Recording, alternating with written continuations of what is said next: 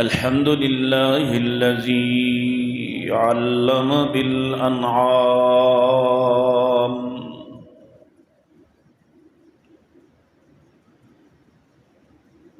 وحرم الحرام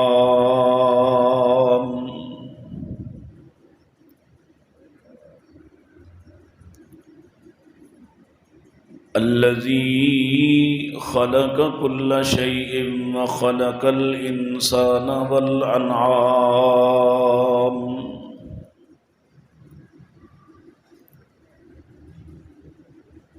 والصلاة والسلام على أشرف الأنبياء وسيد الأنام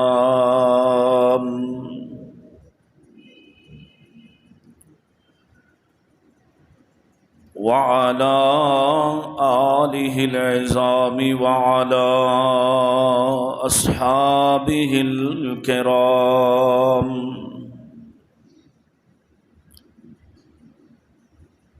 وعلى من اتبع الإسلام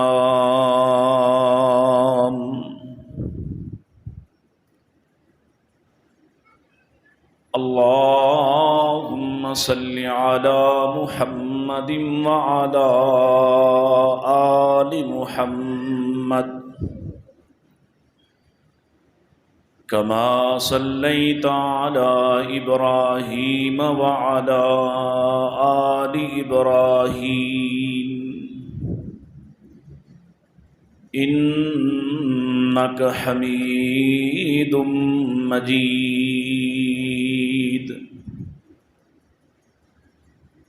اللهم بارك على محمد وعلى آل محمد كما باركت على إبراهيم وعلى آل إبراهيم إنك حميد مجيد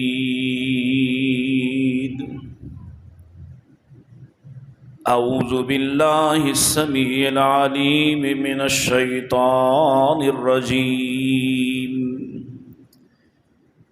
بسم الله الرحمن الرحيم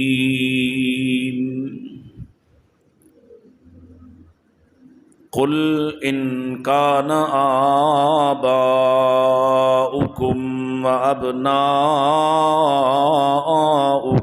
وإخوانكم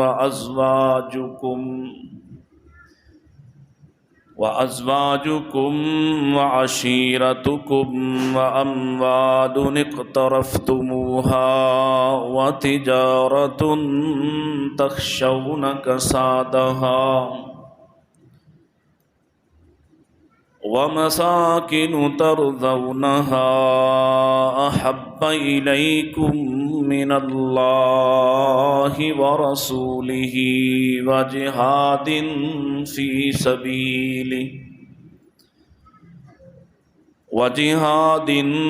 في سبيله فتربصوا حتى يأتي الله بأمره والله لا يهدي القوم الفاسقين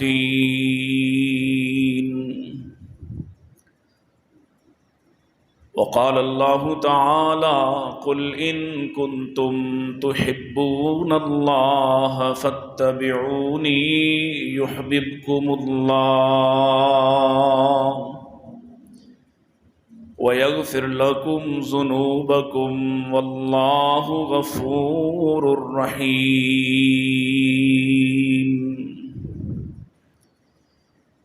إن أحسن الحديث كتاب الله وخير الهدي هدي محمد صلى الله عليه وسلم وشر الأمور محدثاتها كل محدثة بدعة وكل بدعة ضلالة وكل ضلالة في النار.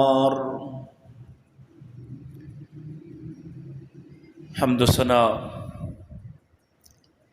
تعریفات، تسبیحات،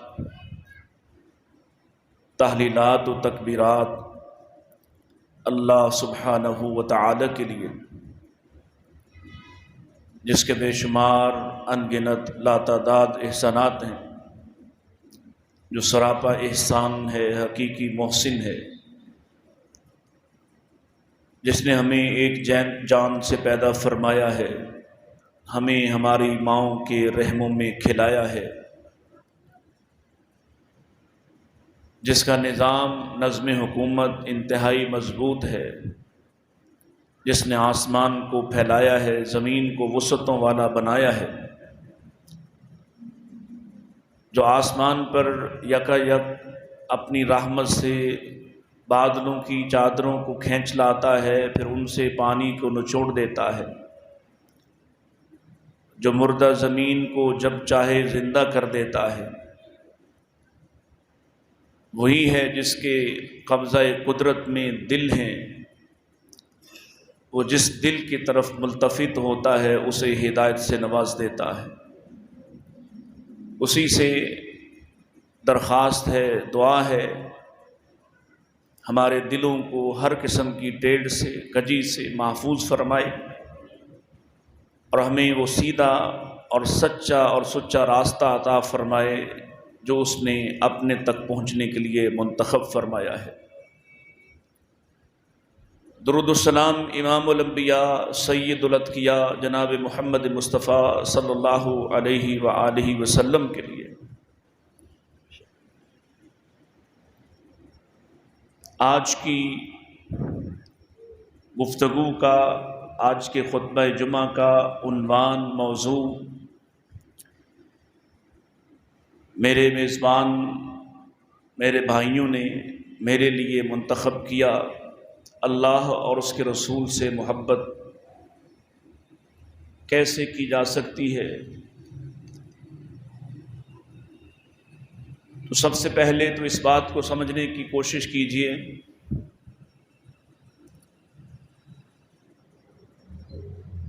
محبت ایک فطری جذبہ ہے۔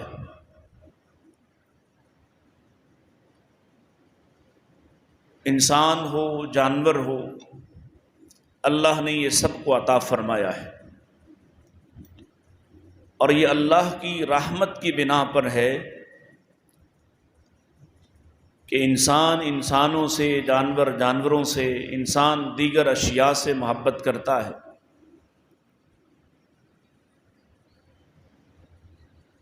اللہ تعالیٰ کی محبت اور اس کے رسول کی محبت یقیناً یہ بھی اللہ ہی کی عطا ہے، اور اللہ جس دل کو پسند کرتا ہے اس دل میں اپنی محبت پیدا فرماتا ہے، لیکن اس کا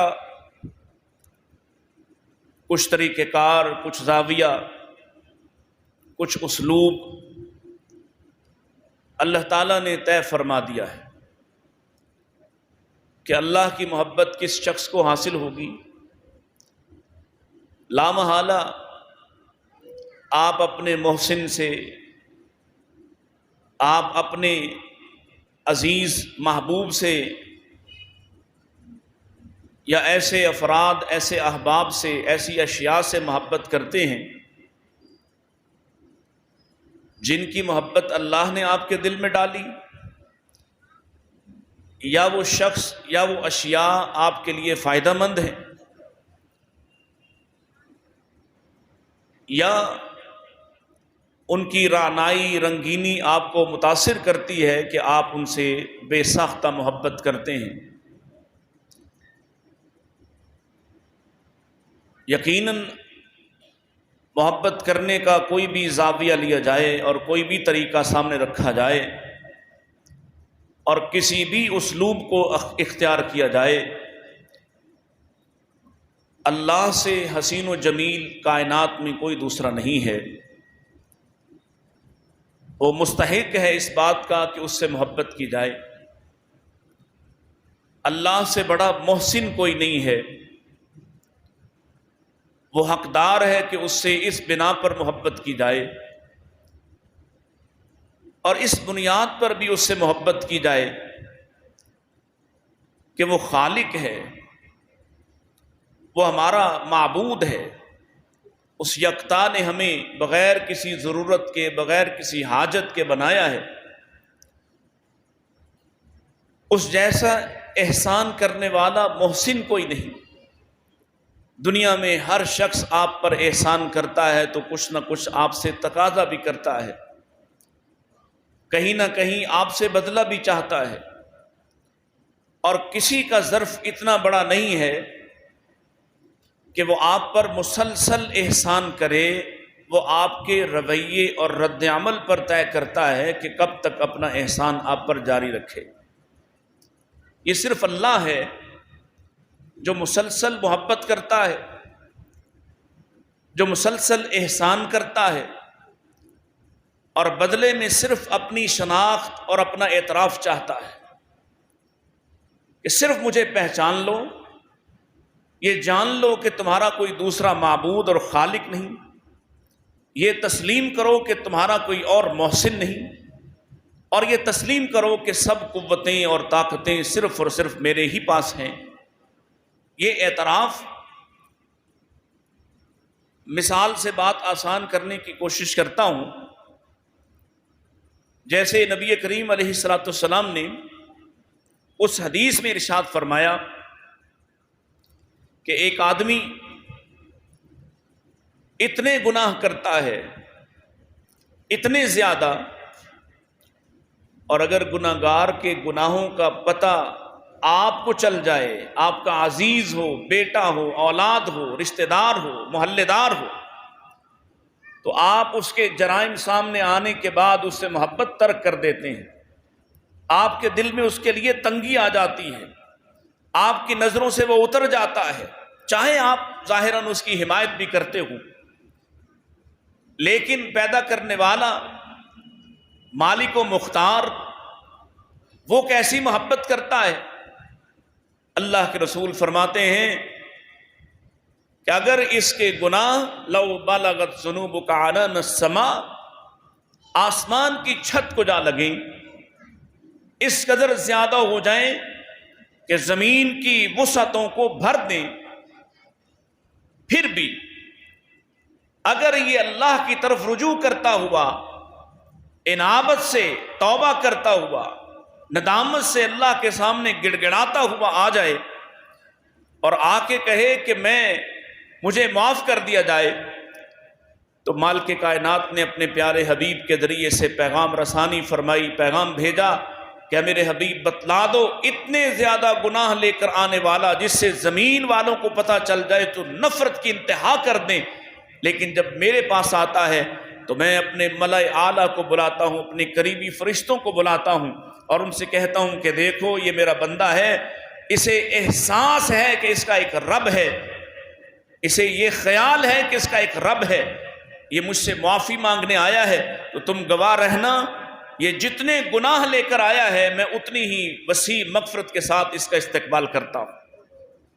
یہ اللہ کی محبت کی ایک جھلک ہے، حد تو کوئی ہے ہی نہیں، حد تو کوئی ہے ہی نہیں، یہ ایک جھلک ہے۔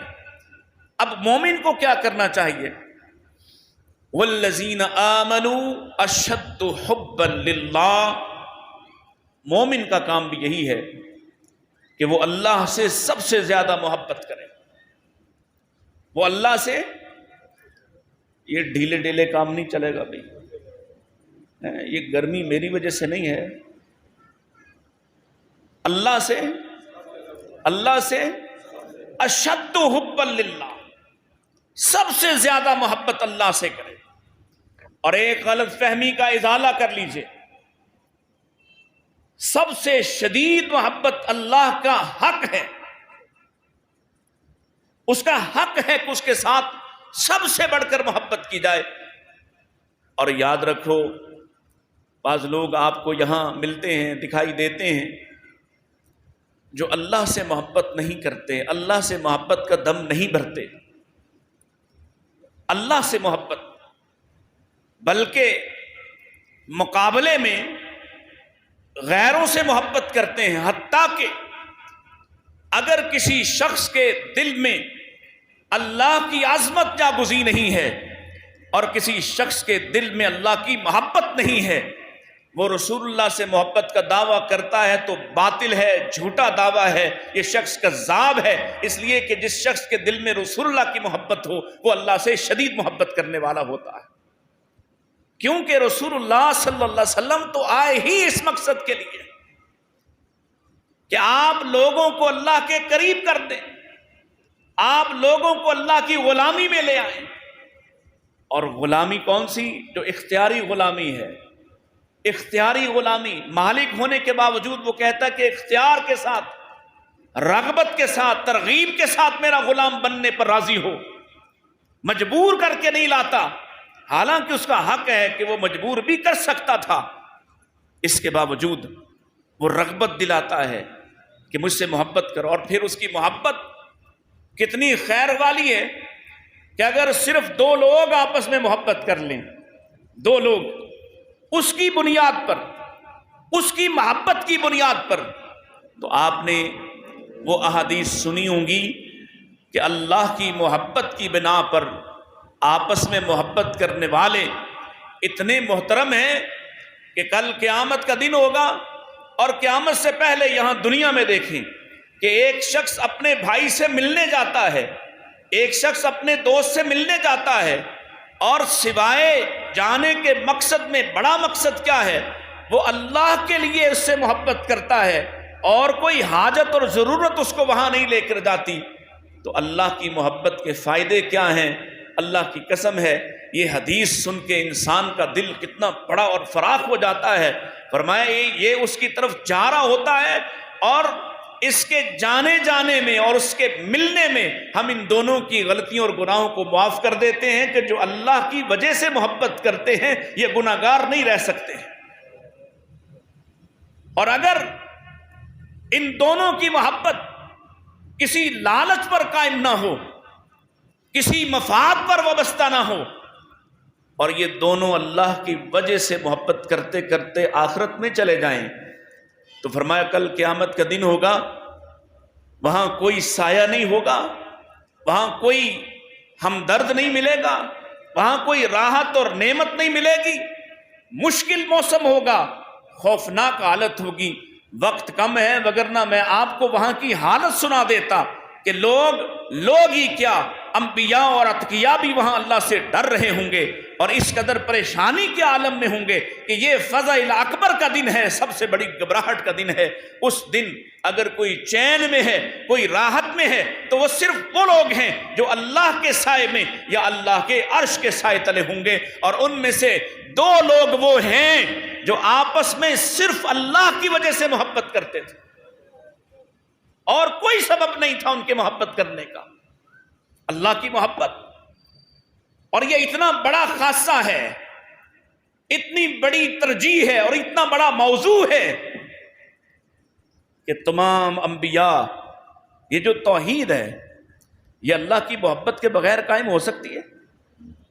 آدمی سارے خداؤں کو چھوڑ کر، باطل ربوب کو چھوڑ کر، ارباب سے لا تعلق ہو کر ایک کے سامنے کیسے جھک سکتا ہے جب تک اس کے دل میں اللہ کی محبت غالب نہ ہو؟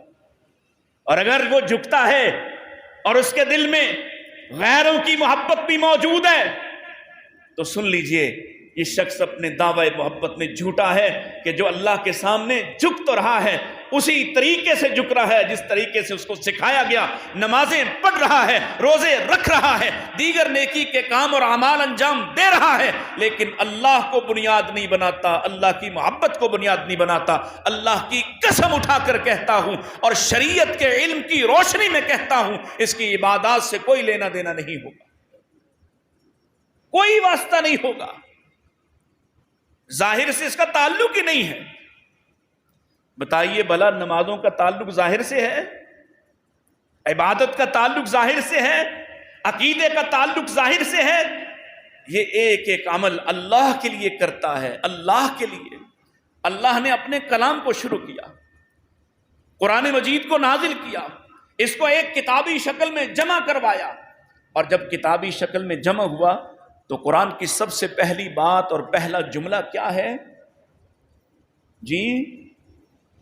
بسم اللہ الرحمن الرحیم، اللہ کے نام سے جو رحمان الرحیم ہے۔ گویا جو اللہ کے نام سے نہیں آئے گا نہ ہدایت پائے گا، نہ کوئی فائدہ اٹھا سکے گا۔ یہ اللہ کی محبت ہے، اور اللہ کی محبت اتنی غالب ہو، اگر وہ غالب نہیں ہے اور جب تک یہ بات سمجھ نہیں آتی، عبادت میں وہ لذت، دعا میں وہ کیفیت، معاملات میں وہ چاشنی مل ہی نہیں سکتی جب تک آدمی اللہ کی طرف راغب نہیں ہو جاتا۔ اور شریعت کا کل جمیع مقصد یہ ہے کہ لوگ اللہ کی محبت میں گرفتار ہوں، اللہ کی عبادت کی طرف راغب ہوں، کشاں کشاں اس کی طرف آتے ہوں، ادھر کان میں آواز پڑے اللہ اکبر، اور ادھر یہ ساری دنیا سے لا تعلق ہو کر اس کے راستے کی طرف چل پڑے۔ یہ کیسے ممکن ہے؟ یہ کیسے ہوگا؟ کیسے اللہ کی محبت کو حاصل کیا جا سکتا ہے کہ جو اتنا بڑا جوہر ہے، جو اتنا بڑا مقصد ہے کہ اللہ نے تمام نبیوں کو اسی مشن کے لیے بھیجا کہ میری توحید کو اجاگر کرو، میرا تعارف کرواؤ، میرے بارے میں، میری ذات کے بارے میں، میری صفات کے بارے، میرے اسماء کے بارے میرا تعارف کرواؤ۔ توحید یہی ہے نا، اللہ کا تعارف، اللہ کا تعارف، اس کی معرفت۔ توحید کے مقاصد کیا ہیں؟ انسان چاروں طرف سے گھرا ہوا ہے، مشکلات میں ہے، تو اللہ کو پکار رہا ہے اس کے سامنے۔ اور آپ نے دیکھا جن کو اللہ کی محبت کی معرفت حاصل ہوئی، پھر اگر ان کو 2 اونٹوں کے ساتھ باندھ کے یہ اختیار دیا گیا کہ چاہو تو زندگی بچا سکتے ہو، جان بچا سکتے ہو، اور چاہو تو 2 ٹکڑے ہو کر اسی دین پر جا سکتے ہو، اور ایک اکیلی کمزور عورت نے کیا اختیار کیا ہے؟ کیونکہ اس کے دل میں اللہ کی محبت واضح ہو گئی، اس کو یہ کہانی سمجھ آ گئی کہ جو اللہ کا ہو گیا اس کے لیے کیا دکھ ہے، کیا تکلیف ہے، کیا اذیت، کیا پریشانی ہے۔ یہ تو اللہ کی طرف جانے کا راستہ ہے، اور موت تو اللہ سے ملانے کا ذریعہ ہے۔ پھر موت سے کیوں؟ دنیا میں سب سے بڑا تھریٹ کیا ہے؟ کیا ہے؟ موت۔ اس سے بڑا تھریٹ کیا ہو سکتا ہے کہ کوئی شخص آپ کے سینے پر بندوق تان لے اور کہے کہ اگر ابھی آپ نے انکار نہ کیا تو میں آپ کو مار ڈالوں گا؟ اس سے بڑا کوئی تھریٹ ہو سکتا ہے؟ لیکن مومن کے لیے یہ تھریٹ، نبی کریم علیہ السلام کے سینے پہ بیٹھ کے اس نے کہا کون آپ کو مجھ سے بچائے گا؟ کون آپ کو مجھ سے بچائے گا؟ سمجھیے میری بات کو۔ تو آپ کا اللہ کے ساتھ رشتہ اور تعلق کیسا ہے؟ کہ آپ نے فرمایا اللہ، کوئی جھجک نہیں، کوئی خوف نہیں۔ یہ جو اس وقت پاکستانی قوم مایوس ہوئی پھرتی ہے اور سمجھتی ہے کہ حکمران ان کے خالق ہیں، حکمران یا یہ نظام حکومت ان کا رازق ہے، یہ معیشت ان کی رازق ہے، یہ وزیر خزانہ ان کا رازق ہے۔ ذرا اپنے آپ سے سوال تو کریں، کتنے لوگ ہیں جو مشکل حالات میں بھی فاقہ کش ہو کر بھی اللہ کے ساتھ وابستہ رہے، اور کتنے لوگ ہیں جو بھوکے پیٹ بھی، یہ جو خودکشیاں کر رہے ہیں، یہ کس نے تربیت کی ہے؟ اللہ کے لیے مرنے کو تیار نہیں، اور بھوک کے ہاتھوں اپنے آپ کو یا اپنے مسائل کا رونا روتے ہوئے اپنے آپ کو مار ڈالنے کو تیار ہے۔ ان سے کہو جہاد کے میدان میں جانا ہے، نہیں جائیں گے۔ ان سے کہو امریکہ سے یا انڈیا سے لڑنا ہے، بزدلوں کی طرح چھپ جائیں گے موت سے۔ لیکن دوسری طرف ان کی دلیری دیکھو، اپنی جان لے لیتے ہیں، جس کا سب سے بڑا حق یہ تھا کہ وہ اللہ کو پہچان لیتے۔ تو یہ کیسے ہوگا؟ اللہ کی محبت اتنی بڑی چیز ہے کہ اللہ فرما رہے ہیں اے میرے حبیب ان سے کہو ان کان آباؤکم و ابناؤکم، اگر ایک طرف تمہارے باپ دادا، یہ فطری محبتیں ہیں جو ہر انسان کو ودیت کی گئی ہیں، یہ انسان کا قصور نہیں۔ امتحان دیکھیے، انسان کی کائنات میں کل جمی محبتیں، یہ 8 طرح کی محبتیں ہیں، اس میں اس کے والدین، اس کے آباء و اجداد اس کی اولاد، اس کی بیوی، اس کے بھائی بند، اس کے بچے، یہ سب شامل ہیں. یہ برادری، قوم، قبیلہ اللہ نے محبت ڈالی ہے. وہ مال، وہ تجارت تخشون کسادہا، وہ تجارت، وہ دکان، وہ کھیتی جس کے نقصان سے انسان ڈرتا ہے، وہ مال جو انسان بچا بچا کے رکھتا ہے، وہ مساکن ترضونہا، وہ گھر جو انسان کو بڑے محبوب ہوتے ہیں. گھر بنانا کوئی آسان کام ہے؟ مکان کو گھر کرتے کرتے انسان کو دانتوں تلے پسینہ آ جاتا ہے، اور وہ کتنی محبت رکھتا ہے اس گھر سے، اس کی مینٹیننس کرتا ہے، اس کی صفائی کرتا ہے، اس کے اندر اس کا دل لگتا ہے. یہ فطری محبتیں ہیں. لیکن اللہ فرماتے ہیں اگر احب الیکم من اللہ ورسولہ وجہاد فی سبیلہ، ایک طرف تمہاری یہ فطری محبتیں اور ایک طرف اللہ، اس کا رسول اور اسلام کی سربلندی، اور تمہاری چوائس یہ ہو کہ تم اللہ کو پیچھے کر دو، رسول کو پیچھے کر دو، اسلام کو پیچھے کر دو، جہاد سے منہ موڑ لو، اسلام کے غلبے سے رخ پھیر لو، تو پھر فرمایا فتربصوا، تم مجھے جتنے بھی محبوب ہو پھر انتظار کرو، پھر انتظار کرو، حتی یأتی اللہ بامرہ، حتیٰ کہ اللہ کا فیصلہ تم پر آ پڑے، اللہ کا عذاب آ جائے. اور اللہ کا عذاب تو اسی وقت آ جاتا ہے جب انسان ترجیحات میں اللہ سے غیر کو محبت میں پہلی ترجیح دیتا ہے، اللہ کے غیر کو بڑا کر لیتا ہے، اللہ کے مقابل کو بڑا کر لیتا ہے. تو اللہ کا قرآن کہتا ہے کہ پہلا عذاب جو اسے دکھائی نہیں دیتا وہ ہم اس پر مسلط کر دیتے ہیں. واللہ لا یہدی القوم الفاسقین، اللہ فاسق کے دل کو ہدایت سے دور کر دیتا ہے. یہ پلٹتا نہیں، یہ رخ نہیں بدلتا، یہ واپس نہیں آتا، یہ توبہ نہیں کرتا، ہم اس سے توفیق ہی چھین لیتے ہیں. یہ بظاہر سمجھ رہا ہوتا ہے کہ میرا کیا قصور ہے، میں تو اپنے دن روز بڑے اچھے گزار رہا ہوں. ترجیح پہلا نمبر کس کا ہے؟ کس کا؟ بولیے. اللہ کا. اللہ کا پہلا نمبر ہے، پہلا نمبر اللہ کا ہے. اگر کوئی پہلا نمبر رسول اللہ کا بھی کر دے تو قابل قبول؟ بولو، قابل قبول؟ رسول اللہ کو ہی قابل قبول نہیں. رسول اللہ جو حق اللہ کا ہے وہ رسول اللہ کو دیا جا سکتا؟ نہ رسول اللہ نے چاہا کہ مجھے دیا جائے. مثلا ایک مثال دیتا ہوں. نبی کریم علیہ الصلوۃ والسلام کے سامنے ایک آدمی نے کسی بات کے جواب میں فرمایا، عرض کیا ما شاء اللہ و ما شئت یا رسول اللہ، اللہ جو چاہے اور جو آپ چاہیں یا رسول اللہ. آپ نے فرمایا اپنا جملہ درست کر، اپنا جملہ درست کر. قل بل ما شاء اللہ، صرف یہ کہہ، صرف جو اللہ چاہے، کیونکہ یہ برابر ہو سکتے. ایک خالق ہے، ایک مخلوق ہے، مخلوق میں سب سے اعلیٰ ہے، اتنا اعلیٰ اور اتنا محبوب ہے کہ اس کی اتباع میں اپنی محبت کو رکھ دیا ہے، لیکن پھر بھی برابر محبت کیسے حاصل ہوگی؟ قل ان کنتم تحبون اللہ. لو حاصل کرنے کا راستہ اللہ بیان کر رہے ہیں.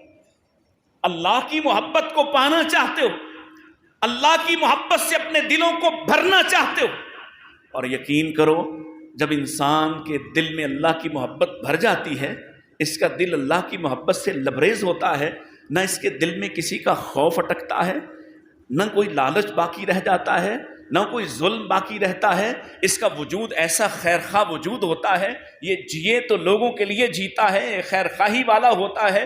اس کا ایک ایک لمحہ دوسروں کے لیے آسانی اور راحت کا سبب اور ذریعہ ہوتا ہے. یہ انسان مرتا ہے تو لوگ اس کے بارے میں ایک غمگین، ایک غمزدہ کیفیت محسوس کرتے ہیں. اور اگر اللہ کی محبت دل میں نہ جگہ پا سکے تو یقین جانو یہ وجود جب تک زمین پر ہے تب تک زمین والوں کے لیے اذیت ہے. جب مر کر اس کو اٹھایا جاتا ہے، آسمان کے فرشتے اس کو لے جا رہے ہوتے ہیں، اور اللہ کے نبی علیہ السلام نے وہ کیفیت بیان فرمائی، اس کے وجود کے اندر سے ایسی بدبودار، ایسی بدبو اٹھتی ہے کہ ہر کائنات کا ذرہ ذرہ اس سے نفرت محسوس کرتا ہے. اللہ کی محبت. فرمایا قل ان کنتم تحبون اللہ، اے میرے حبیب کہیے اگر تم اللہ سے محبت کا دعویٰ کرتے ہو. دعویٰ، کیونکہ دعوے پر دلیل جب تک نہ ہو وہ خالی دعویٰ ہوتا ہے. دعویٰ ہے کہ ہم اللہ سے محبت کرتے ہیں. یہ تو پتہ تب چلے ایک طرف اللہ کا حکم ہو اور ایک طرف تمہارا مزاج، ایک طرف اللہ کا حکم ہو اور ایک طرف تمہارا رواج، ایک طرف اللہ کا حکم ہو اور دوسری طرف تمہاری برادری کی رسومات، ایک طرف اللہ کا حکم ہو اور دوسری طرف تمہاری بیوی کی خواہشات، ایک طرف اللہ کا حکم ہو اور تیسری طرف تمہارے بیٹے کی، تمہاری اولاد کی تمنائیں. پھر پتہ چلے گا تم سب کو قربان کر کے مالک کا حکم مانتے ہو یا ان خواہشات کے رسیا ہو کر ان میں غرق ہو جاتے ہو اور اللہ کی محبت کو چھوڑ دیتے ہو. پتہ تو یہاں سے چلے گا. یہ زبانی دعوے سے تو پتہ نہیں چلتا. زبانی دعوے تو ہم سبھی بڑے کرتے ہیں. تو آئیے حاصل کیسے ہوگی؟ کہیے اللہ سے محبت کا دعویٰ کرتے ہو تو طریقہ ایک ہے. کوئی 1000 طریقے بیان نہیں فرمائے اللہ نے. کیا طریقہ ہے؟ فاتبعونی، آپ کہیے میری اتباع کرو، رسول کی مانو. اللہ کو اپنے نبی سے بڑا پیار ہے، بڑی محبت. اللہ نے اپنی اطاعت کو مصطفیٰ کی اطاعت میں ضم کر دیا اور اپنی محبت کو بھی مصطفیٰ کی اتباع کے تابع کر دیا ہے. ادھر کہا من یطع الرسول فقد اطاع اللہ، جو رسول کی اطاعت کرتا ہے وہ گویا اللہ کی اطاعت کرتا ہے. تو مقصد کیا ہوا؟ محبت حاصل کیسے ہو سکتی ہے؟ اطاعت و اتباع سے. اور سارا کچھ کرو، کوئی بھنگڑے ڈالے، کوئی پتیاں بچھائے، کوئی بتیاں لگائے اور پھر دوسروں کو کہے کہ وہ گستاخ ہیں. ابھی آنے والا نا موسم آیا پڑا ہے، سارے نثار ہو جائیں گے اور کہیں گے کہ سوائے ابلیس کے جہاں میں سبھی تو خوشیاں منا رہے ہیں اور ذرا سا بھی عقل سے بھی سوچنے کی کوشش نہیں کریں گے. ہمیں گستاخ کہتے ہو، ہمارے بارے میں لوگوں کو ورغلاتے ہو، ہم سے ڈراتے ہو لوگوں کو یہ کہہ کر کہ یہ اللہ سے محبت نہیں کرتے، رسول اللہ سے محبت نہیں کرتے. اللہ اکبر. اور یہ سب سے بڑی رکاوٹ ہے جو اہل باطل حق کے سامنے اور علماء حق کے سامنے رکاوٹ کے طور پر کھڑا کرتے ہیں کہ یہ گستاخ ہے. مجھے بتاؤ، ایک طریقہ محبت کا وہ ہے جو اللہ نے بیان فرمایا اور ایک طریقہ وہ ہے جو تم نے ایجاد کیا. اللہ کے طریقے پر اعتبار کریں یا تمہارے من ساختہ من گھڑت طریقوں پر ایجاد کردہ طریقوں کو مانیں. دلیل کس کے ساتھ ہے؟ بولیے.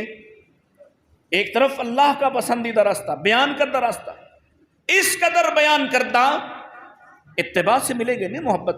یحببکم اللہ، اللہ تمہیں محبوب بنا لے. اب رسول اللہ کہیں کہ میرے ساتھ محبت کا اظہار کرنا ہے تو کیسے کرو؟ اتباع کرو.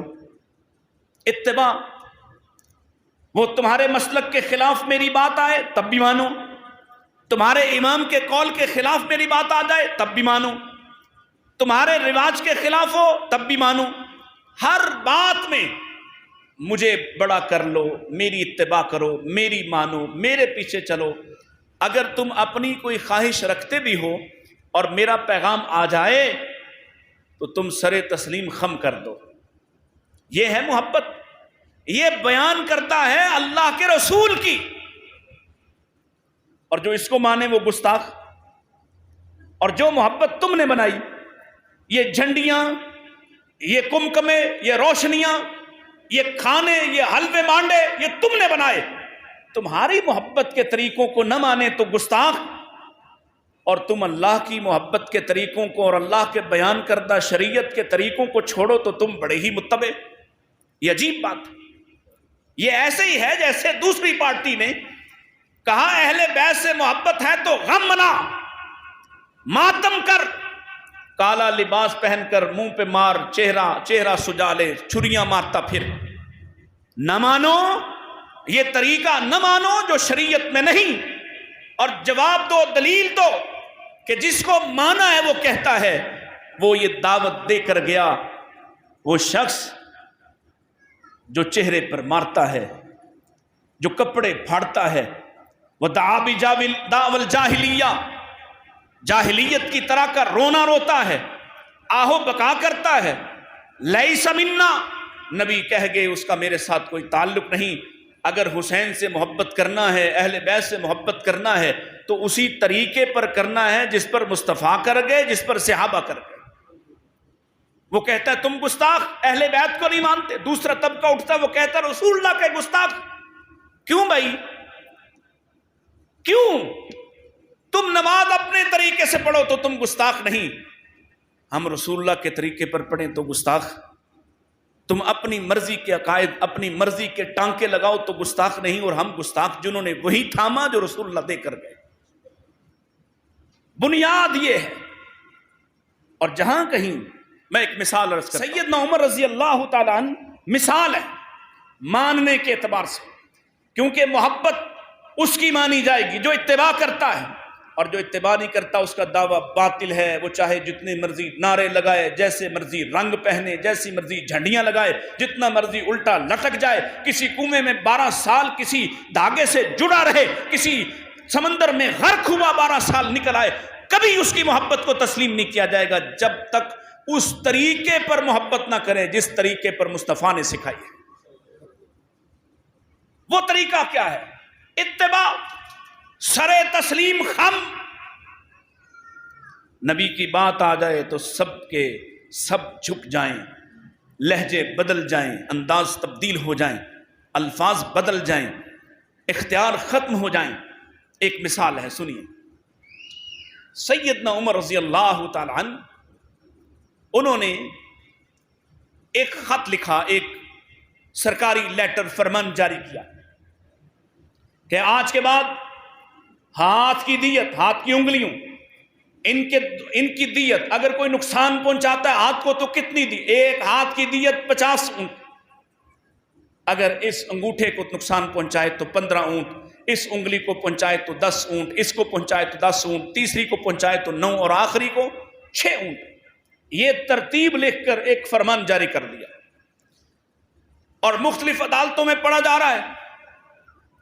مصر کی عدالت میں قاضی نے جب حضرت عمر کا یہ فرمان پڑھا تو وہاں ایک صحابی رسول ہیں، عوف بن مالک رضی اللہ تعالیٰ، یہ بات سنتے ہی کہا قاضی صاحب یہ لیٹر مجھے دے دو، اور میں جب تک مدینے سے واپس نہیں آتا آپ نے اس لیٹر کے مطابق فیصلہ نہیں کرنا۔ وہ خط پکڑا، تیز سوار گھوڑا پکڑا، بھاگم بھاگ دن رات کر کہاں مصر اور کہاں مدینہ، مدینہ آئے، اور آ کے گھر نہیں گئے، اسی طرح اٹے ہوئے بدن سے، گرد آب و آلود کپڑوں سے ہی سیدنا عمر کے سامنے، اور لہرا کر کہا یہ آپ کا خط ہے، یہ آپ نے فیصلہ کیا؟ ہاں میں نے فیصلہ کیا ہے۔ کس بنیاد پر؟ کس دلیل پر؟ فرمایا میں نے تو اس کو اپنے خیال کے مطابق، اپنے گمان کے مطابق ہی کہا کہ ہاتھ میں سب سے طاقتور اور مجموعہ اور ہاتھ کی قوت کا سبب اور باعث انگوٹھا ہے، اور سب سے کم اس کی حیثیت ہے، لہذا میں نے تو اپنی ترتیب سے ہی لکھا ہے۔ کہا بھئی سن لیجئے، میں نے اسی مدینہ کے اندر پیارے رسول سے سنا۔ کیا سنا ہے؟ کہ اللہ کے رسول نے فرمایا الا ان فی العصابع فی الدیۃ سواء، سنو انگلیوں کی دیت برابر ہے، کوئی چھوٹی انگلی کو نقصان پہنچائے تو وہ بھی اتنا ہی نقصان بھرے گا جتنا انگوٹھے کو نقصان پہنچانے کا بھرے گا۔ دیت مقرر کرنی ہے تو برابر طے کرو، کیونکہ رسول اللہ کا فرمان ہے۔ اب حاکم وقت ہیں، امیر المومنین المسلمین ہیں، خلیفۃ المسلمین ہیں، خلیفۃ رسول اللہ ہیں، اللہ کے نبی کی زبان سے محدث دوراں ہیں۔ اللہ کے نبی نے خواب سنایا کہ میرے عمر میں باقی سب صحابہ سے زیادہ دین ہے، میرے عمر میں باقی سب سے زیادہ علم ہے۔ اللہ کے نبی کے خواب سنا رہا ہوں کہ اللہ کے نبی نے خواب سنایا کہ میرا عمر اس دین کو باقی صحابہ سے زیادہ فائدہ پہنچائے گا، یہ پورے کھیت کو بھر کر جائے گا۔ جس کے لیے دعائیں کی، جو کہہ سکتے تھے اب کہتا ہے، ایک طرف امام اعظم ہیں، ایک طرف مولوی تم ہو، بات کس کی مانوں؟ ہم کہتے ہیں ہم مقابلے میں نہیں آتے تمہارے امام اعظم کے، لیکن دوسری طرف وہ ہے جو اپنی زبان سے کہہ گیا انا قائد المرسلین، تم اماموں کے قائد کو روتے ہو، ہم پیش کرتے ہیں جو اپنی زبان نبوت سے کہہ کر گیا میں رسولوں کا قائد ہوں۔ کس کی مانے؟ بولو بھائی۔ ہم محبت کرتے ہیں حضرت احمد حضرت ابو حنیفہ رحمۃ اللہ تعالی علیہ، لیکن دلیل کے طور پر عرض کرتا ہوں، ایک طرف امام اعظم ہو اور دوسری طرف قائد المرسلین، کس کی مانے؟ کس کی اتباع کریں گے؟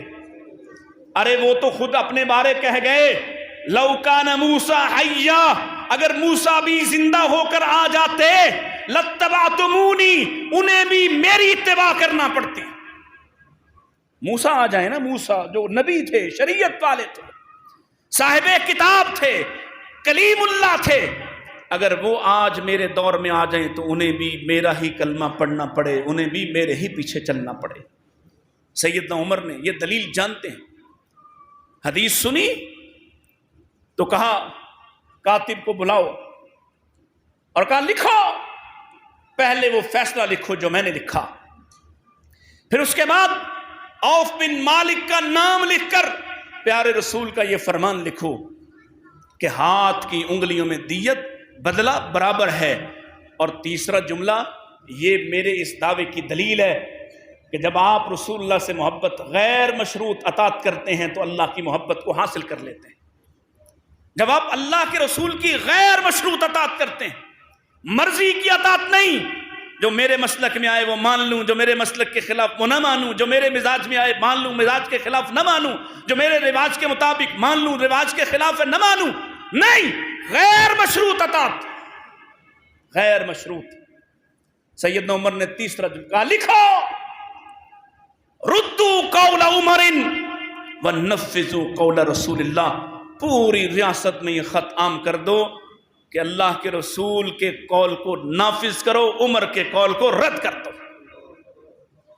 یہ ہے اتباع، حاکم ہو کر، خلیفہ ہو کر، با اختیار ہو کر، ایسے ہوگی حاصل محبت، اور انہیں حاصل ہوئی۔ اللہ اکبر۔ سیدہ حفصہ کو باقی امہات المومنین نے تیار کیا، ہمارے پاس کچھ مجاہدین آئے دور دراز سے، کچھ سپہ سالار آئے، سیدنا عمر کے پاس اپنے اپنے ان علاقوں سے جو مفتوحہ علاقے تھے وہاں سے بڑے بڑے لوگوں کو ساتھ لائے ملانے کے لیے۔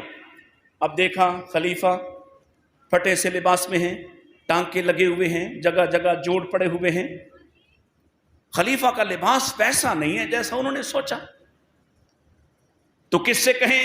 سیدنا علی رضی اللہ عنہ سے کہتے ہیں کہ آپ کہیے، آپ اللہ کے رسول کے داماد اور دوسری طرف سیدنا عمر کے سسر، تو آپ کہیے۔ سیدنا عمر کہنے لگے رشتہ تو بڑا اہم ہے لیکن مجھ میں اتنی جرت نہیں کہ میں عمر سے یہ بات کہہ سکوں، تم ایسا کرو امہات المومنین کے پاس جاؤ، ان سے درخواست کرو۔ وہ ان کے پاس چلے گئے، امہات المومنین سے کہا، اور ہماری ماؤں نے بھی سوچا یہ بات ٹھیک کر رہے ہیں، بڑے بڑے لوگ ملنے آتے ہیں، خلیفہ کو اپنا لباس اب شایان شان کرنا چاہیے، اچھا لباس پہننا چاہیے، اچھا سا ماحول بنا لینا چاہیے، لہٰذا انہوں نے اپنا نمائندہ بنا کر بیٹی سیدہ حفصہ ام المومنین رسول اللہ کی بیوی کو، بیٹی کو بھیجا کہ جاؤ تم اپنے والد سے بات کرو۔ آئیں وہ اور آ کے کہنے لگیں آپ کو پتہ ہے اسلام کی سرحدیں پھیل گئیں، نئے نئے لوگ اسلام میں داخل ہوئے، عجمی بھی داخل ہوئے، وہ اپنے حکمرانوں کو بڑے شان اور طمطراق سے دیکھتے ہیں، اور وہاں سے جب ہمارے مجاہدین کوئی سفراء آپ کو ملنے آتے ہیں تو آپ کا لباس ایسا بوسیدہ سا پرانا سا دیکھ کر ان کے دل پر اسلام کا رعب اور غلبہ چھاتا نہیں. لہذا میری صلاح ہے، ہم سب نے یہ مشورہ کیا ہے کہ آپ اپنا لباس بدل دیں. اب سنیے، جن کو رسول اللہ کی اتباع لازم تھی، جن کو رسول اللہ کا راستہ عزیز تھا، کیا فرمایا؟ فرمایا سنو میری بیٹی، میں تمہارا بڑا احترام کرتا ہوں، میں تمہارا بڑا احترام کرتا ہوں، لیکن سنو، میں تم سے پوچھتا ہوں، کیا تم نے کبھی میرے آقا کا کوئی لباس تہ کر کے گھر میں رکھا؟ کبھی ایسا ہوا کہ رسول اللہ کے پاس کئی ایک جوڑے تھے؟ کہا نہیں. کہا تمہیں یاد ہے ایک مرتبہ تم نے نبی پاک کے سونے والی بستر کو تھوڑا نرم کرنے کے لیے 2-3 چادریں ملا کر ڈالی تھی، اور نبی پاک کی نماز، رات کی نماز کچھ تاخیر ہوئی، آپ کو نیند گہری آ گئی، یاد ہے؟ نبی پاک کی نیند گہری ہو گئی، آپ کو زیادہ آسانی اور زیادہ گہری نیند آئی. یاد ہے اللہ کے رسول نے تمہیں اٹھنے کے بعد ڈانٹا تھا؟ ہاں مجھے یاد ہے کہ اللہ کے رسول نے ڈانٹا تھا. کہا سنو، میں نبی کے رستے پر چلتا ہوا رہوں گا، میرے 2 یار جنت میں چلے گئے اسی طرح کی سادہ زندگی گزارتے ہوئے اور کوئی روب دبدبا اختیار نہ کرتے ہوئے، میں ان کا راستہ نہیں چھوڑوں گا. کسی سفیر کے دل میں میرا کوئی روب ڈالتے ہیں، ڈلتا ہے، ڈلے، نہیں ڈلتا تو نہ ڈلے، میں لوگوں کی وجہ سے اپنے نبی کا راستہ ترک نہیں کروں گا، میں ایسے ہی رہوں گا. اور وہ راستہ کیا ہے؟ رسول اللہ صلی اللہ علیہ وسلم کبھی اگر کوئی اچھا لباس پہن کر آ بھی گئے، کوئی چادر اعلیٰ سی لے کر آ بھی گئے، کسی سے آبی نے کہا اللہ کے رسول آپ پر بڑی اچھی لگ رہی ہے، دیکھو میرے نبی کے طریقے. آپ فرماتے ہیں لو یہ تم لے لو. صحابہ نے اس صحابی کو ملامت کیا، ارے تمہیں پتا ہے رسول اللہ کے پاس کوئی صاف ستھری نئی چادر نہ تھی، تم نے ایسا کیوں کہا؟ تمہیں پتا ہے کہ اللہ کے رسول ایسی تعریف کرنے پر وہ تمہیں دے دیں گے، تم نے ایسا کیوں کیا؟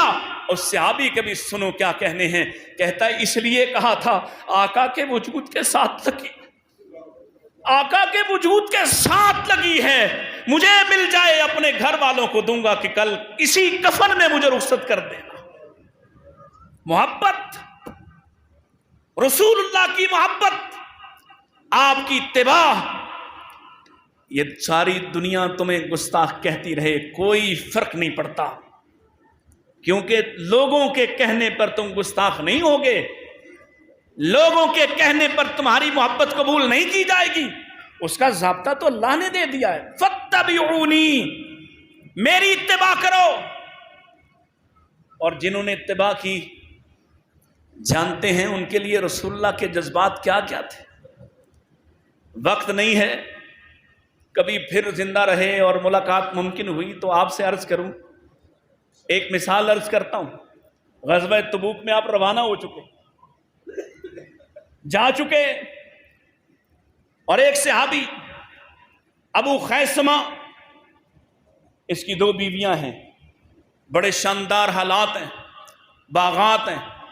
خود ہی فرماتے ہیں کہ میری دونوں بیویوں نے باغ میں عریش بنائے، یعنی چھپر بنائے، بہترین چھڑکاؤ کیا، پانی ٹھنڈے کا انتظام کیا، کھانے پکائے، اور دونوں اپنی طرف متوجہ کرنے کے لیے اپنے اپنے عریش میں مجھے دعوت دیتی. باغ میں داخل ہوئے، بیویوں کو دیکھا، ان کی کیفیت کو دیکھا، ظاہر ہے انسان رغبت محسوس کرتا ہے، لیکن ساتھ ہی رسول اللہ یاد آ گئے. یہ ہے اتباع، کہ تمہیں کبھی اپنی محبوب چیزیں سامنے دکھائی دیں اور ساتھ ہی تمہیں رسول اللہ یاد آ جائیں، تمہیں اپنی رغبتیں دکھائی دیں، تمہیں اپنی چاہتیں اور محبتیں پوری ہوتی دکھائی دیں، اور ساتھ ہی رسول اللہ کا چہرہ یاد آ جائے، آپ کا وجود اور آپ کی حدیث یاد آ جائے. یاد آیا، کیا یاد آیا ہے؟ میں یہاں بیویوں کے ساتھ لطف اندوز ہوں، ٹھنڈا پانی پیوں، کھجوریں کھاؤں، کھانے کھاؤں، لطف اڑاؤں، اور میرے نبی صحرا میں جنگ کرنے جائیں؟ نبی جا چکے، 12 روز ہو گئے رسول اللہ کو گئے ہوئے. کہا اللہ کی قسم ہے میں اپنی بیویوں کی کوئی بات نہیں سنوں گا، ان کے ساتھ رغبت نہیں کروں گا جب تک میں رسول اللہ کے پاس نہ چلا جاؤں. سامان تیار کیا اور چلے، سفر شروع کیا. راستے میں ایک اور صحابی ابو عمیر مل گئے. عمیر جب قریب پہنچے، لشکر دکھائی دینے لگا. عمیر سے کہا تم یہاں ذرا رکو، میں چاہتا ہوں میں اللہ کے رسول کے سامنے اکیلا پیش ہوں. دیکھنا باہمی محبت کیا ہوتی ہے. جب آگے بڑھے وہاں شور پڑا، کوئی اکیلا سوار آ رہا ہے. اب رسول اللہ کے الفاظ سنیے، آپ کیا فرماتے ہیں؟ فرمایا کن ابا خیثمہ، اللہ کرے ابو خیثمہ ہی ہو. یہ باہمی محبت ہے، وہ اتباع کا دیوانہ رسول اللہ کو سوچ کر 750 کلومیٹر سفر کر کے نبی پاک کے پیچھے آیا کہ جس حال میں نبی ہیں میں اسی حال میں جاؤں گا، میں یہاں راحتوں کے مزے نہیں لے سکتا. اور اللہ کے رسول ابھی دیکھا نہیں اور آپ دعا کیا کر رہے؟ کن ابا خیثمہ ہو، اللہ کرے ابو خیثمہ ہو. اور جب آپ سامنے آئے دوڑتے ہوئے نبی پاک کے قدموں کے ساتھ لپٹ گئے اور اللہ کے رسول نے فرمایا ابو خیثمہ تیرا یہی فیصلہ بننا چاہیے تھا، یہی تجھے کرنا چاہیے تھا. تو نے جو چھوڑا ہے، جس کے لیے چھوڑا ہے، یہی تو مزیدار بات ہے، یہی تو تجھے کرنا چاہیے تھا. مجھے بتائیے ذرا، ہم جاننا چاہتے ہیں کہ اللہ سے محبت کیسے ہو، تو اللہ نے تو بتایا ہے، اتنا آسان رستہ. اور وہ نبی تمہیں کیسے بتا کر گئے؟ تمہیں تھوکنے تک کے آداب سکھا کر گئے. وہ نبی تمہیں چلنے کے آداب سکھا کر گئے. وہ نبی تمہیں سے لیٹنے کے، سونے کے، نہانے کے، جاگنے کے، کھانے کے آداب سکھا کر گئے. اگر یہ اتباع نہیں ہے کیوں بھائی؟ اللہ کے رسول نے حدیث سناؤں؟ کچھ منٹ اوپر ہو جائیں تو خیر ہے، سنو. اور کبھی یہ والی باتیں بھی علماء سے کہو کہ یہ موضوعات بھی بیان فرمائیں. اور اتباع کے دائرے کو صرف نماز تک محدود مت رکھو، رسول اللہ کی معاملات اور معاشرت کی احادیث کو سامنے لاؤ. پیارے نبی علیہ السلام نے فرمایا اتقوا الملائن الثلاث، 3 لعنت لینے والی چیزوں سے بچو، البراز فی الموارد وقارعۃ الطریق والذل. 3 لعنت لینے والی چیزوں سے بچو. یہ رسول اللہ کا فرمان ہے، اتباع کرنا ہے نا؟ اتباع کرو گے نا؟ سنیے، اس لیے میں نے یہ حدیث بیان کرنا چاہی. فرمایا راستوں پر گندگی مت پھینکو. کہاں پر؟ یہ پیمپر راستوں پہ پھینکنا جائز؟ گندگی راستوں پر پھینکنا. وقاریت الطریق، لوگوں کے بیٹھنے کی جگہوں پر اور راستوں پر گندگی مت پھینکو. وزن، اور سایہ دار جگہوں پر، بس سٹاپس پر، اسٹیشن پر، لاری اڈے پر، جو پبلک پلیسز ہیں جہاں سب سے زیادہ گند ہوتا ہے. اور وہ پھیلاتا کون ہے؟ عیسائی، ہندو، سکھ، یا یہ نبی کا کلمہ پڑھنے والے جو مسجد سے نکلتے تو پہلا کام تھوکنے کا کرتے. مسجد سے نکل کر یہ کون سکھائے گا؟ یہ ہے اتباع. یوں اللہ کی محبت حاصل ہوگی. ان سب باتوں کو ماننا پڑے گا. اپنے گھر کا کوڑا اٹھا کر اس کے گیٹ کے سامنے پھینکا، اپنے گلی سے لے کے آیا باہر مین رستے پر چھوڑ کر چلا گیا، تو کیا ہے؟ فرمایا یہ لعنت زدہ کام ہے. اب ان سارے راستوں سے بچو. اللہ کے رسول نے بعض کاموں کے لیے فرمایا یہ کام کرنے والا ہمارا نہیں، لیس منا. بعض کام کرنے کے حوالے سے فرمایا لعن رسول اللہ او لعن اللہ، یا اللہ کی لعنت پہنچائی یا خود اپنی لعنت کی. بعض کاموں کے حوالے سے فرمایا یہ کرنا، یہ نہ کرنا، یہ کرنا، یہ نہ کر، یہ جاننے کا راستہ آپ نے اختیار کرنا ہے۔ کوئی ایک جمعے میں آپ کو سکھا نہیں دے گا، یہ آپ کی نیت اور آپ کا ارادہ طے کرے گا کہ اگر آپ نے طے کر لیا کہ مجھے اللہ کی محبت چاہیے تو رسول اللہ کا راستہ اختیار کرنا پڑے گا، اور راستہ معلوم آپ کو کرنا پڑے گا۔ یہ جب رات کو مغرب کے بعد، عشاء کے بعد اعلان ہوتا ہے ترجمہ کلاس ہے، چند منٹ بیٹھ جاؤ، بھاگنے والوں کی تعداد زیادہ ہوتی ہے، بیٹھنے والوں کی کم، جاننے کی نیت لے کر آنے والوں کی کم ہوتی ہے۔ ابھی جمعہ ہے نا، یہ آپ کی چھوٹی سی مسجد ہے، آپ بڑی ہے آپ کی نظر میں، لیکن میں کہہ رہا ہوں کہ چھوٹی سی مسجد ہے، آپ کے شہر کے مقابلے میں اس کی کیا حیثیت ہے، آپ کی آبادی کے مقابلے میں؟ اور ابھی آپ جتنے آئے ہیں، کب آنا چاہیے تھا؟ کہ جب آپ کا دل چاہے، جو مولوی آپ کی پسند کا ہوتا آئیں۔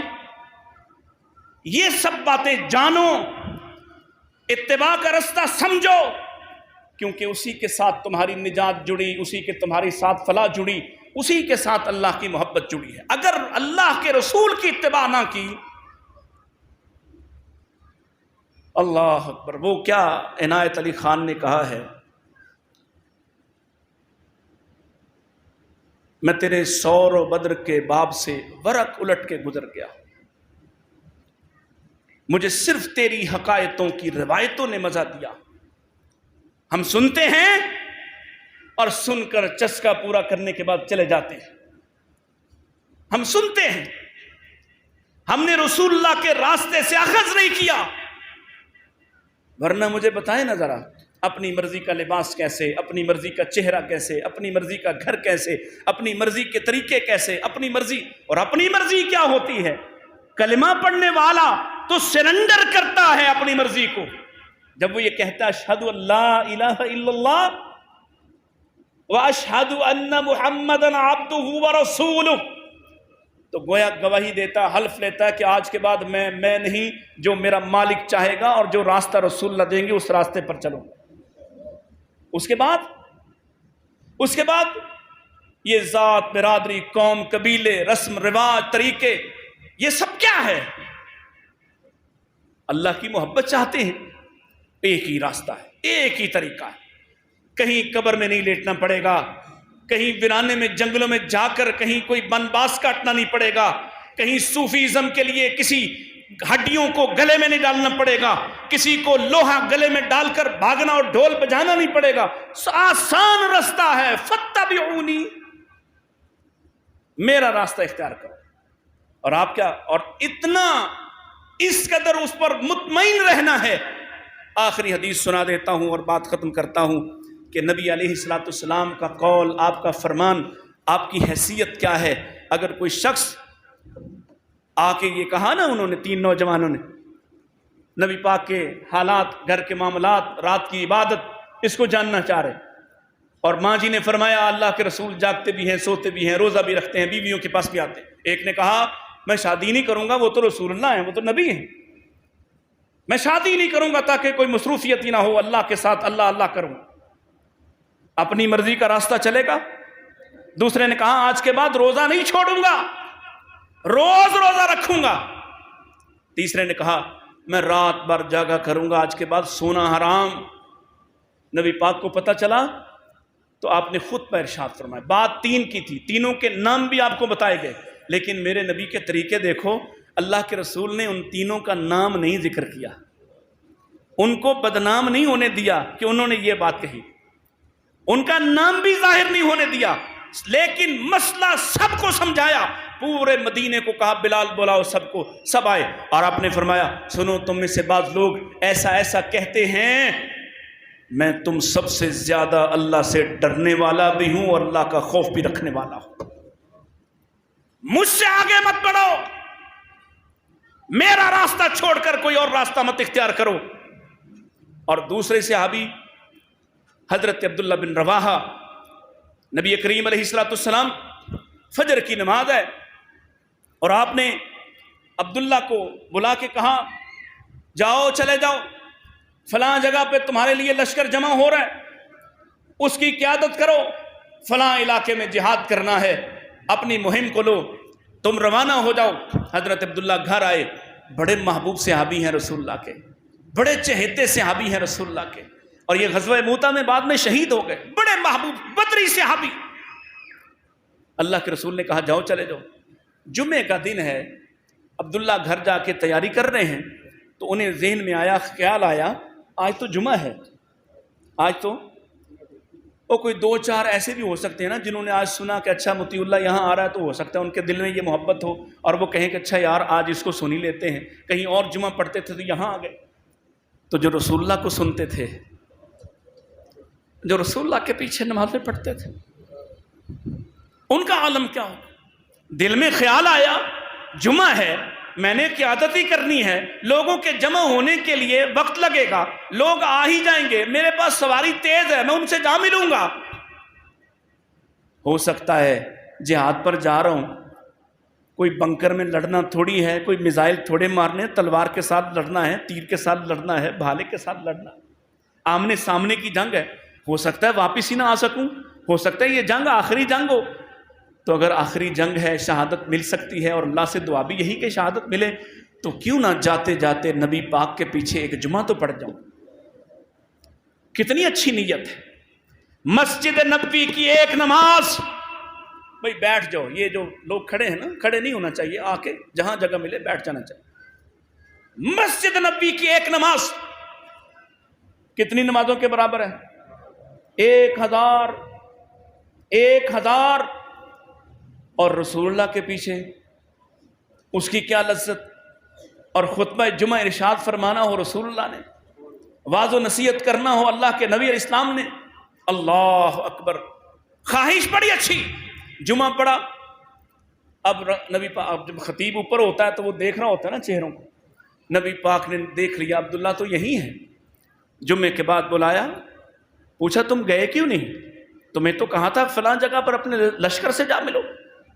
عذر پیش کیا، اللہ کے رسول یہ خواہش تھی، شاید جہاز سے واپس آتا نہ آتا، لوٹ سکتا نہ لوٹ سکتا، شاید شہید ہو جاتا، شاید یہ آخری جمعہ ہوتا، دل چاہا کہ آپ کے پیچھے جمعہ پڑھ جاؤں، آپ کا واعظ و نصیحت سن جاؤں، ہو سکتا ہے دوبارہ کبھی آپ سے ملاقات نہ ہو۔ نیت بڑی اچھی، جو کہتا ہے نا حرج کیا ہے، حرج کیا ہے، سنو حرج کیا ہوتا ہے نبی کی بات کے سامنے۔ فرمایا عبداللہ تم نے میری بات نہیں مانی، تم نے جمعہ یہاں پڑھا، تم نے میری اقتداء میں جمعہ پڑھا، تم نے مسجد نبوی میں نماز پڑھی، لیکن سنو جو میری مان کر چلے گئے، تم کائنات کا کل خزانہ بھی جمع کر دو، تم اب ان کے برابر نہیں ہو سکتے ہو۔ یہ ہے راز، اتباع کا راز۔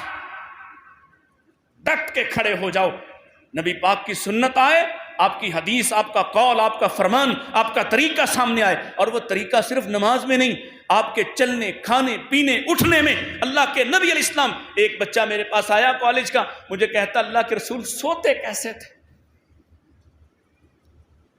میں نے کہا کیا بات ہے؟